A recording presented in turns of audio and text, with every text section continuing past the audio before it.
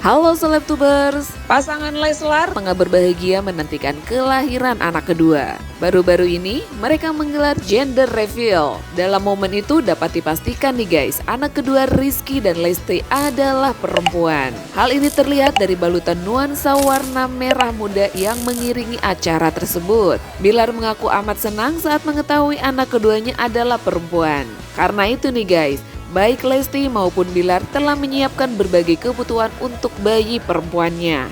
Mulai dari perlengkapan bayi, pakaian, kamar, hingga nama. Bahkan secara khusus nih guys, Lesti mendatangi Ibu Bilar untuk berkonsultasi mengenai nama. Ya sebetulnya kita udah mempersiapkan beberapa kandidat nama. Yang pasti namanya tuh nggak aneh-aneh lah, nggak yang masa namanya Rika Labil ya kan. Kita namanya udah kita siapin namanya karena ini kita namanya juga kita memang sudah pertimbangin dan hasil diskusi bersama juga ya, bukan karena memang saya yang memutuskan sendiri gitu. Saya pasti akan diskusi ke istri gimana sih namanya saya, terus istri pun nanti akan biasanya istri itu akan minta pendapat sama mama mertua saya, karena mama mertua kan kadang-kadang orang tua dulu kan kadang-kadang suka punya hitungan-hitungan yang unik ya terkait nama, karena nama itu kan benar-benar jadi doa. Kayak dulu ternyata memang kata mama nama Lestari itu kan terlalu berat untuk nama anak saya, jadi akhirnya saya memutuskan untuk jadi dia ganti namanya apa, dan akhirnya kita memutusin nama Levian. Jadi dan ternyata nama Levian itu termasuk nama yang jarang juga kita temukan di Indonesia, dan juga menjadi doa yang baik juga untuk anak saya secara arti. Persiapannya udah kemarin tuh udah sempat beli udah kayak basic-basicnya, dalaman-dalamannya buat bayi, terus baju tidurnya jumpsuit gitu-gitu yang udah berbau-bau warna pink, cewek. Wallpaper kamarnya udah diganti warna pink, tapi papanya selalu, kamu tuh pede banget ya katanya. Takutnya pamali kan? Iya nanti kamu kecewa, kamu yakin banget kamu kecewa. Ya masa kalau misalnya kan udah beli baju perempuan, anak laki, masa yang saya yang disuruh pakai kan kamu mungkin. Kan bisa dikasih. Oh iya.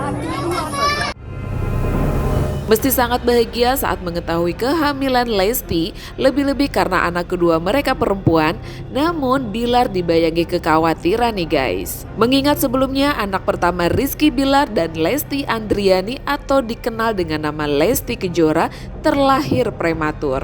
Ada kemungkinan anak kedua Bilar pun akan terlahir prematur. Karena itu nih guys, dokter mengingatkan Bilar untuk hati-hati dengan kehamilan kedua Lesti ini. Kemarin sih mules. Jadi mules itu biasa kadang-kadang suka pengen bawaannya pengen mau keluar gitu ya. Kemarin sempat diskusi sama dokter juga, dokter Jin ya. Dokter Jin ya. Jadi bilang, kamu jaga-jaga ya kalau memang kita harus dilakukan tindakan situ, ya memang harus dilakukan suntik pematang paru. Kan dulu kan dilakukan suntik pematang paru. Gitu. Ya kita lihat nanti lah. Tapi memang kemarin dokter sudah menginfokan just in case ini karena kata dokter kemarin biasanya kalau orang yang seorang ibu yang sudah melahirkan secara prematur itu akan kebawa di anak berikutnya, akan menjadi satu riwayat yang memang bisa akan pengulangan gitu. Jadi jaga-jaga aja. Tapi ya kita sambil doa, saya mudah-mudahan jangan dulu ya itu.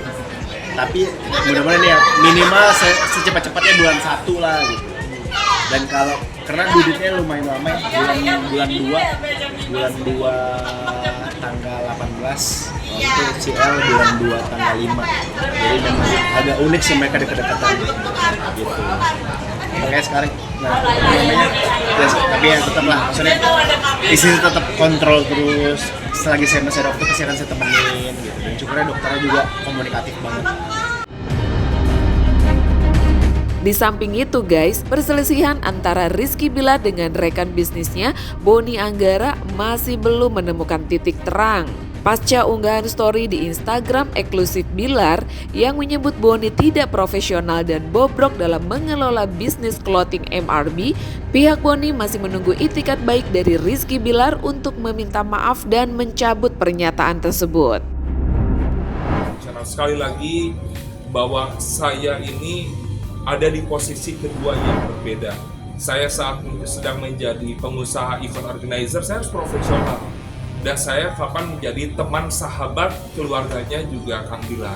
Jadi memang hal ini yang membuat jadi pergesekan di awalnya, akhirnya lanjut kepada tudingan ketidakprofesionalan saya mengelola MRB Clothing. Teman-teman juga diundang sebelumnya waktu saat rilis launching, bahwa di berita kedua Kang Bilar menyebutkan bahwa saya teriak-teriak ke orang bicara Kang Bilar ini saya bayar menjadi brand ambassador. Itu sama sekali bohong, fitnah. Kenapa saya katakan itu? Karena tidak mungkin saya bilang itu ke orang lain, Kang Bilar saya bayar, sedangkan press release saat kita konferensi pers rilisnya MRB, teman-teman tahu bahwa di sana saya ini sebagai investor. Saya ini menginvestkan dana saya kepada perusahaan MRB. Hanya saja memang hal itu tidak dikonfirmasi kepada kita. Saya juga menyayangkan Kang Bilar tidak komunikasi dengan kita, padahal WA ada. Kalau memang benar ada orang, Kang, lu ngomong ke orang lain, gue brand ambassador ya, hal seperti itu harusnya sih disampaikan saja by WA gitu. Yang ketiga adalah bilang bobroknya saya mengelola perusahaan. Jadi memang bagi saya pribadi tidak jadi masalah saya dikatakan bobrok atau dikatakan tidak baik dalam mengelola perusahaan, asalkan memang buktinya tuh sudah selesai. Nah, sampai saat ini perusahaan ini belum bubar, belum ada hal sampai sejauh apa. Makanya saya tidak menerima dikatakan bobrok karena perusahaan ini sedang kita jalani bareng-bareng. Yang pasti Kang Bilar minta diaudit, kita melaksanakan audit sampai kami sudah membuat risalah meeting dengan tim legalnya Rizky Bilar. Kami sudah berikan data-data dokumentasi selama 2 hari kita audit, dan akhirnya sampai hari ini kami belum menemukan jawaban. Tapi informasi yang kami dapat semua ini menurut hasil meeting kemarin ya sepertinya tidak ada masalah. Cuman tidak tahu sampai hari ini hal ini masih diungkit sampai banyak netizen ataupun statement dari Kang Bilar di Instagram eksklusif mengatakan saya penipu, ya saya mengambil uang orang. Ini bukti di konten eksklusif yang ada. Ya, saya juga menyayangkan bahwa Kang Bilar kenapa harus mengkontenkan ini dalam konten eksklusif. Kenapa nggak mencoba untuk komunikasi? Bahkan saya coba juga akhirnya mencoba untuk tabayun dengan Kang Bilar. Saya sudah WA juga beberapa kali. Terakhir tanggal 25 November. Saya coba, Assalamualaikum Kang, Kang, kapan kita bisa ketemu, bisa silaturahmi? Tapi tidak ada respon. Harapan kami kan sebaiknya hal-hal seperti ini kita bicarakan, tabayun, dan baik-baik juga segimanapun kita dulu adalah teman, dan hari ini juga saya masih menganggap beliau adalah teman saya, sahabat saya. Saya tidak mau dengan kejadian seperti ini kita jadi melebar kemana-mana. Sekali lagi, saya di sini cuma hanya hak jawab saya, karena selama 2 bulan saya diam, bukan berarti saya tidak ngapa-ngapain, tapi saya coba untuk tabayun, silaturahmi. Cuman lama-kelamaan karena ini tidak berkembang, akhirnya saya lakukan ini. Karena kalau saya tidak lakukan ini akan dibenarkan oleh orang lain yang membacanya. Jadi saya pribadi juga mohon maaf sekali lagi kepada Kang Bilar, Dede, tidak ada maksud lain untuk membesar-besarkan masalah ini, tapi hanya hak jawab saja. Dan insya Allah saya selama 14 tahun berbisnis, sepertinya saya tidak pernah mengecewakan orang lain. Yang kedua, dalam MRB ini jelas bahwa selain saya pengelola, saya adalah investor. Saya mengincaskan uang saya di sini. Jadi MRB ini buat teman-teman tahu, yang berinvest ini ada saya sama Om Reza secara investasi uang. Kang Bilar sama Dede itu tidak menginvestasikan uang apapun. Makanya jika memang ada hal kerugian secara material yang memang dirugikan oleh Kang Bilar, silakan nggak apa-apa komunikasi dengan saya, insya Allah saya ganti. Yang kedua juga ada statement Kang Bilar juga DM beliau ke saya, dipublikasikan lagi kepada konten. Di situ berbicara bahwa dia bilang saya ini tidak goblok, boni dan lain sebagainya. Bahkan ada berstatement saya mentransfer uang kepada istri saya, Rizka. Nah, hal ini saya luruskan bahwa di perusahaan mungkin yang saya tahu bahwa setiap perusahaan ini, pengelola ini atau CEO atau direktur pasti mendapatkan gaji meskipun dia adalah investor. Dan gaji saya serahkan kepada istri saya karena ya saya juga sebetulnya mau saya transfer besok ke pengacara saya, gaji saya mau saya transfer ke orang lain, ke office boy, ya itu kan sebetulnya hak saya.